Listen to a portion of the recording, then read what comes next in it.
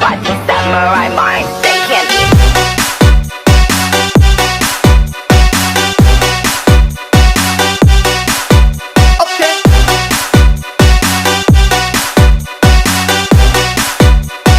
Samurai mind.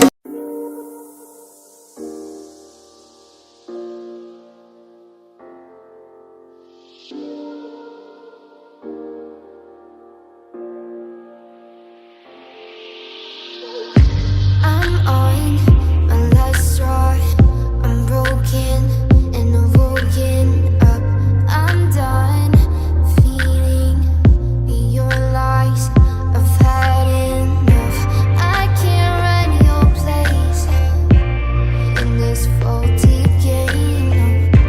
And all the words you speak mean nothing more to me. 'Cause let's start over now. Rewind, and I won't let you go. I need you by my side.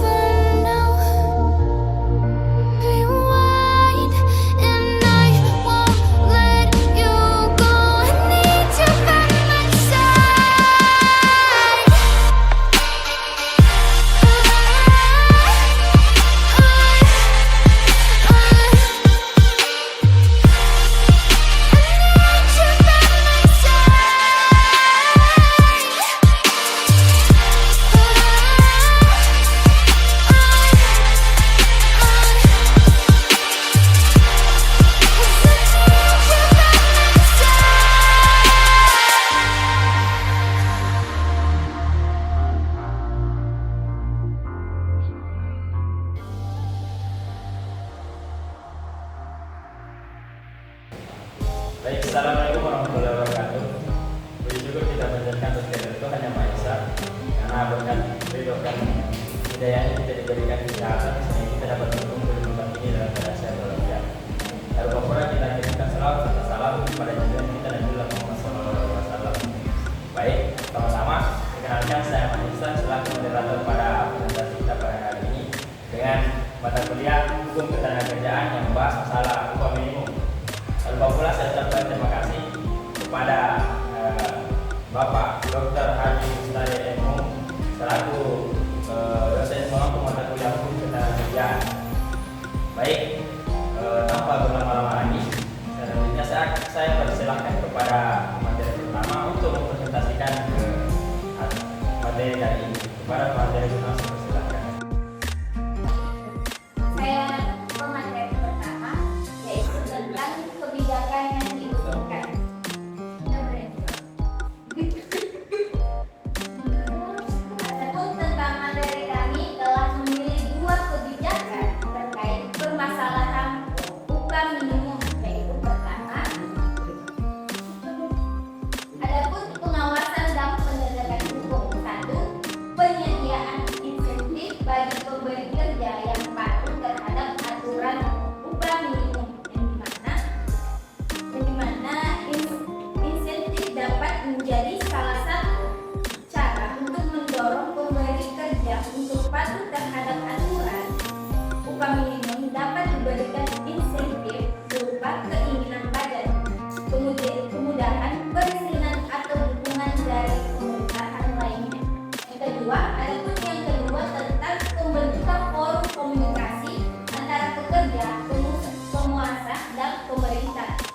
mana pembuka forum komunikasi antara pekerja, pengusaha dan pemerintah itu, pengusaha dan pemerintah dapat berfungsi untuk membahas masalah-masalah ketenaga kerjaan, termasuk upah minimum ini dapat menjadi sarana untuk saling bertukar informasi dan pandangan sehingga dapat tercipta kesepakatan yang lebih adil menguntungkan bagi semua pihak.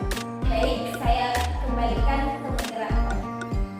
Baik, saya akan menjelaskan kebijakan terkait permasalahan upah minimum yang kedua.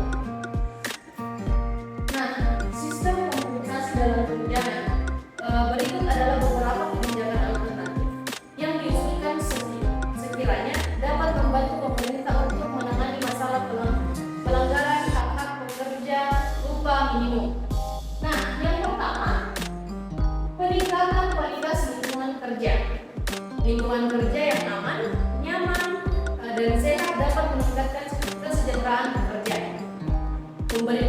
Pemberi kerja dapat meningkatkan kualitas lingkungan kerja dengan menyediakan fasilitas yang memadai seperti ruang kerja yang nyaman, fasilitas kesehatan, dan fasilitas rekreasi. Nah, yang kedua, peningkatan kesempatan pengembangan diri. Pemberi kerja dapat memberikan kesempatan kepada pekerja untuk mengembangkan diri melalui pelatihan, pendidikan, dan rotasi jabatan. Hal ini dapat meningkatkan keterampilan dan kompetensi pekerja sehingga dapat meningkatkan produktivitas dan daya saing perusahaan. Sekian materi dari saya kembalikan ke moderator. Baik, itulah tadi hasil pemaparan materi dari kebijakan yang sama saja telah dihasilkan. Selanjutnya ada materi kekurangan dan kelebihan terkait dengan kebijakan-kebijakan yang telah kami berikan. Pada materi berikutnya, saya persilakan untuk materi. Oke, baiklah teman-teman, jadi saya akan melanjutkan pemaparan materi dari teman-teman ini kekurangan dan kelebihan mengenai kebijakan upah minimum. Oke, kekurangan dan kelebihan dari kebijakan yang disebutnya pertama. Oke, pengawasan dari penegakan hukum. Jadi penyediaan insentif pada pemberi kerja yang pada peraturan upah minimum. Jadi insentif yang diberikan di sini adalah insentif mengenai perbedaan isi dan lain sebagainya. Jadi pemberi kerja yang mematuhi aturan upah minimum kepada pekerja yang diperlukan akan mendapatkan insentif maupun privilege secara khusus yang diberikan oleh pemerintah karena kepatuhannya dalam mengikuti aturan yang diperlukan. Jadi keuntungannya adalah meningkatkan kepatuhan pemberi kerja terhadap upah minimum. Jadi kenapa ada kesenangan yang bisa membuat pemberi kerja menjadi tingkat kepatuhan yang tinggi? Apakah meningkatkan tingkat kepatuhan ini? Ya, karena ketika mereka mengikuti aturan mereka dijanjikan atau secara aturan mereka akan mendapatkan insentif berupa menggunakan izin dan lain sebagainya yang bersifat administratif. Jadi itu yang membuat pemberi kerja memiliki semangat untuk meningkatkan kepatuhannya dalam melaksanakan aturan pemberi. Yang kedua, meningkatkan kesejahteraan pekerja. Ini adalah hal yang sedang pasti terjadi ketika upah minimum itu ketika upah minimum sudah dilaksanakan. Karena apa? Karena upah minimum adalah upah yang adalah standarisasi upah yang diambil daripada kebutuhan di daerah itu sendiri. Kebutuhan itu minimum di dalam pengeluaran dari sana, itulah yang dijadikan sebagai upah minimum. Kenapa sejarahnya yang pertama? Karena ketika unsur UMR sudah terpenuhi, maka otomatis pendapatan mereka sesuai sekurang-kurangnya sesuai dengan pengeluaran yang harus dikeluarkan. Yang ketiga, meningkatkan produktivitas dan daya saing perusahaan. Mungkin akan ada pertanyaan ini, apa hubungannya aturan terkait peningkatan upah kepada meningkatnya produktivitas dan daya saing perusahaan? Kenapa? Karena ketika pekerja mendapatkan upah yang tersebut, upah yang sesuai dengan apa yang mereka kerjakan, upah yang sesuai dengan apa yang mereka lakukan, otomatis mereka dapat bekerja dengan sungguh-sungguh. Mereka memiliki motivasi kerja yang besar.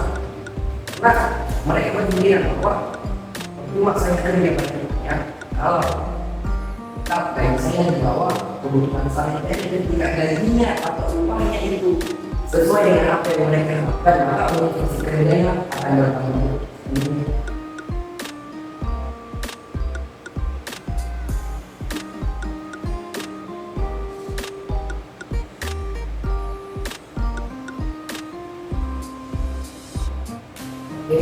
Selanjutnya kerugian.